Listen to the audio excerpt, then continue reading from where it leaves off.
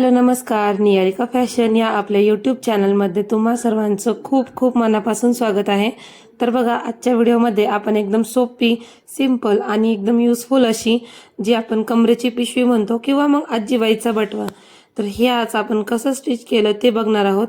तर व्हिडिओ शेवटपर्यंत नक्की बघा. व्हिडिओ आवडल्यास व्हिडिओला लाईक करा आणि चॅनलवर नवीन असाल तर चॅनलला सबस्क्राईब करायला विसरू नका. आणि खाली दिलेल्या सबस्क्राईब बटनावरती क्लिक करून बेल आयकॉन सुद्धा नक्की प्रेस करा, जेणेकरून तुम्हाला माझे येणारे नवनवीन व्हिडिओ सगळ्यात आधी बघायला मिळतील. तर चला व्हिडिओला सुरुवात करूया. तर कमरेची पिशवी शिवण्यासाठी मी इथं 2 मेन पीस आणि 2 अस्तरसाठी पीस इथं कट करून घेतलेत. तर याचं मेजरमेंट बघा, याचं उंची आहे 12.5 इंच किंवा 12 इंच आणि याची रुंदी मी 7.5 इंच घेतलेली आहे. तुम्ही कमी जास्त सुद्धा घेऊ शकता. त्याचबरोबर जे आतले अस्तर आहेत ते आपण थोड्याशा मोठ्या साईजचे ठेवले, जेणेकरून स्टिचिंगसाठी आपल्याला मार्जिन मिळते आणि नंतर स्टिच केल्यावरती आपण हे एक्स्ट्राचं कट करून घेणार आहोत.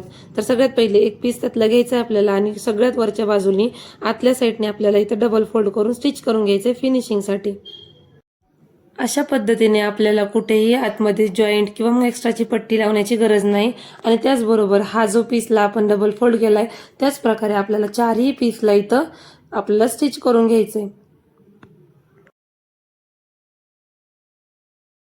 जोपर्यंत मी इथं स्टिचिंग करून घेते तोपर्यंत तुम्ही आपल्या चॅनलला सबस्क्राईब केलं नसेल तर चॅनलला सबस्क्राईब करा. व्हिडिओ आवडत असल्यास व्हिडिओला लाईक करा आणि तुम्हाला माझ्या कोणत्या बॅक डिझाईन बघायला आवडतात ते सुद्धा मला कमेंटमध्ये नक्की सांगा. आणि तुम्ही आतापर्यंत कोणकोणत्या बॅग स्टिच केल्यात तेही मला कमेंटमध्ये सांगायला विसरू नका.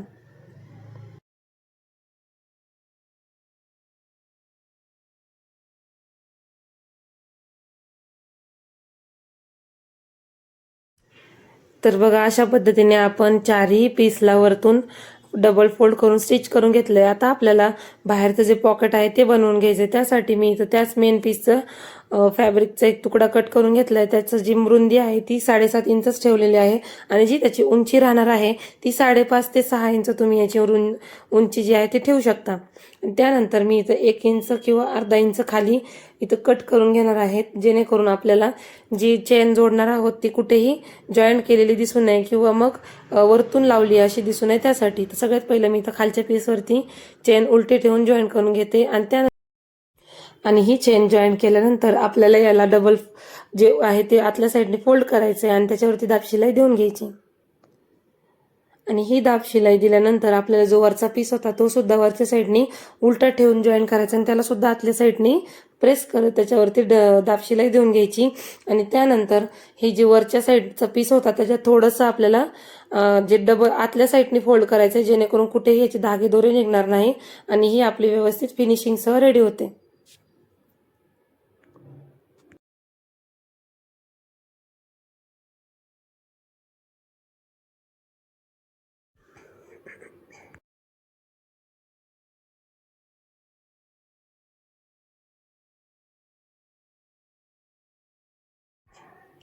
तर बघा, अशा पद्धतीने मी इथं कट करून ती चेन जॉईन केली आणि त्याचप्रमाणे आपण इथं रनर सुद्धा इन्सर्ट करून घेतलंय. आणि त्यानंतर इथे बघा, आपण आता या जे पॉकेट आहे त्याला आपण वरच्या मेन पीस सोबत अटॅच करून घेणार आहोत चारी साईडनी जॉईन करत.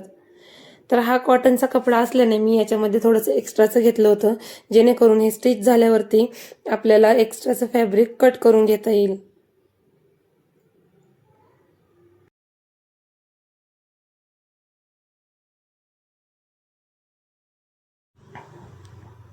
तर बघा, इथं मी चारी साईडनी स्टिच करून घेतले आणि जे आता आपल्याला एक्स्ट्राचं आलेलं आहे ते सगळं इथं मी कट करून घेते.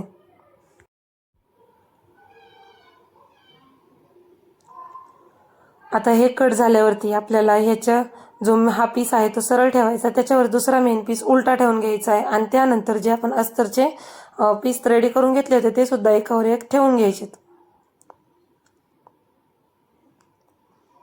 आणि हे पीस आता हे चारी जे फॅब्रिक आहे तर ते एकावरती एक आपल्याला ठेवून घ्यायचे आणि त्यानंतर व्यवस्थितपणे एकावर एक कॉर्नर ऍडजस्ट करून दोन्ही साईडनी इथं मी पिनअप करून घेते. आणि दोन्ही साईडला पिनअप करून घ्यायचं आहे. त्याच्यानंतर आपलं इथं स्टिचिंग करताना कुठेही हलणार नाही आणि ते व्यवस्थित आपले चारही कॉर्नर्स इथं रेडी होतील.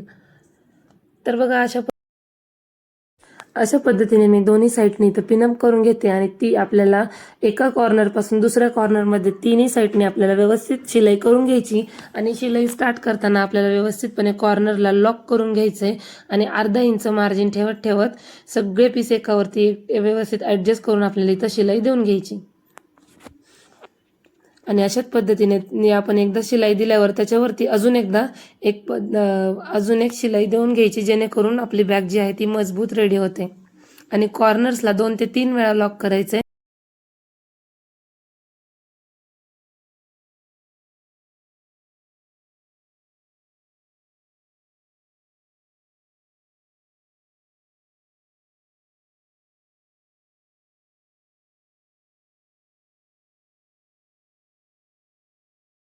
मी तसं तिन्ही साईडने स्टिच करून घेतल्यानंतर जे एक्स्ट्राचं अस्तर होतं आणि जे कॉर्नर्स आहेत ते व्यवस्थितपणे इथं कट करून घेते, जेणेकरून उलट आपली बॅग सरळ केल्यावरती ती व्यवस्थित कॉर्नर त्याचे बाहेर येतील. तर आता हे मी व्यवस्थितपणे कट करून घेतले. आता आपल्याला ही बॅग जी आहे ती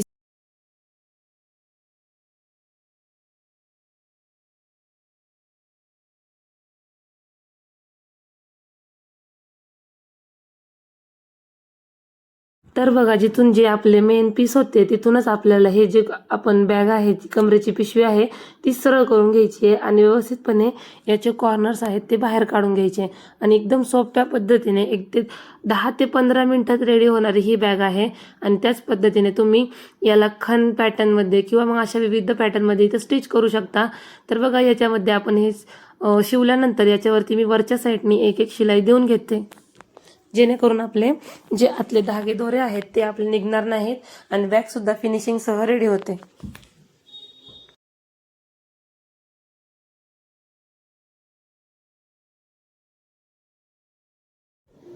आणि अशाच पद्धतीने आज आपण कमरेची पिशवी कशी बनवायची हे बघितलेलं आहे. आणि ही बॅग जी कमरेची पिशवी आहे ती टोटल 4 कप्प्यांची आहे, जेणेकरून आपले मोबाईल, पैसे, कार्ड सगळं ह्याच्यात इझिली बसतं.